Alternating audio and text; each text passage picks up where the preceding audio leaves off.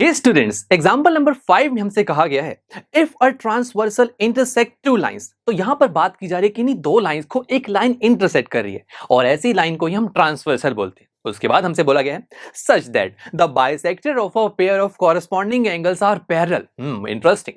तो यहां पर बात की जा रही है कि जब दो लाइंस को एक लाइन इंटरसेक्ट कर रही है तो वहां पर जो कॉरस्पॉन्डिंग एंगल का एक पेयर है, लेट्स से वो पेयर होगा एंगल ए सी क्यू और एंगल सी डी एस, ये दोनों कॉरस्पॉन्डिंग एंगल्स होंगे।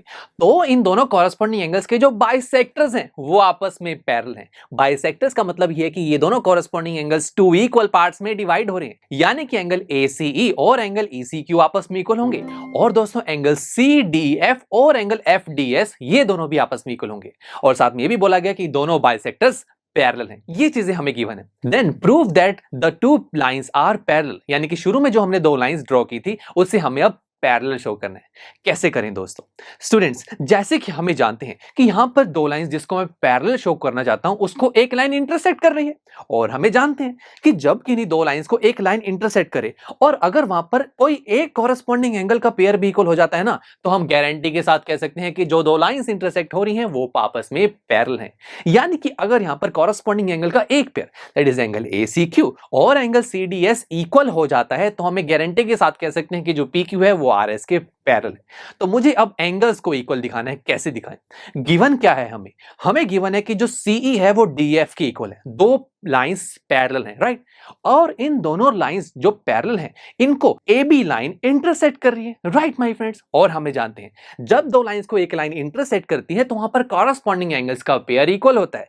तो कॉरस्पॉन्डिंग एंगल का पेयर कौन सा बनेगा? देखिए, ACE और CDF ये दोनों एंगल्स का पेयर आपस में इक्वल होगा। अब स्टूडेंट्स ACE के बारे में कोई इंफॉर्मेशन है? जरा देखते हैं।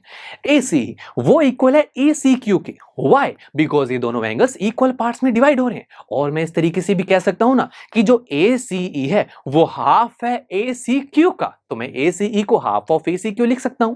अब इसी तरीके से दोस्तों जो CDF एंगल है वो किसके इक्वल है? देखिए, वो इक्वल है FDS के। ऐसा इसलिए हो रहा है दोस्तों बिकॉज CDS एंगल जो है वो टू इक्वल पार्ट्स में डिवाइड हो रहा था। तो मैं यहां कह सकता हूं कि जो CDF है वो हाफ है एंगल CDS का। अब देखिए, लेफ्ट हैंड साइड और राइट हैंड साइड में दोनों तरफ हाफ है, ये तो कैंसिल आउट हो जाएंगे। तो हमें क्या मिलेगा? That is angle ACQ is equal to angle CDS। और यही तो मुझे टू प्रूव में चाहिए था ना। तो बस दोस्तों, अब मैं यहां पर क्या कह सकता हूं कि जो PQ और RS ये दो लाइंस हैं, इसको AB लाइन इंटरसेक्ट कर रही है सच दैट इनका एक कॉरस्पॉन्डिंग एंगल का पेयर अब इक्वल आ रहा है, that is angle ACQ and angle CDS। तो हम ये गारंटी के साथ कह सकते हैं कि जो दो लाइंस इंटरसेक्ट हो रही हैं यानी कि PQ और RS ये दोनों आपस में पैरेलल होंगी। और यही तो हमें शो करना था ना दोस्तों। चलिए अब मिलते हैं आपसे नेक्स्ट लेक्चर में, जहां पर हम हमारे इसी चैप्टर का एग्जांपल नंबर 6 सॉल्व करेंगे। आई एम श्योर स्टूडेंट्स आपको ये लेक्चर काफी पसंद आया होगा और ऐसे ही मजेदार तरीके से अपने हर एक कॉन्सेप्ट क्लियर करने के लिए डाउनलोड कीजिए PUStack ऐप को, जहां पर आपके पास और भी बहुत सारे ऑप्शंस होंगे जैसे कि back exercise solutions, tip videos, sample papers and much more. So what are you waiting for? Download the app now.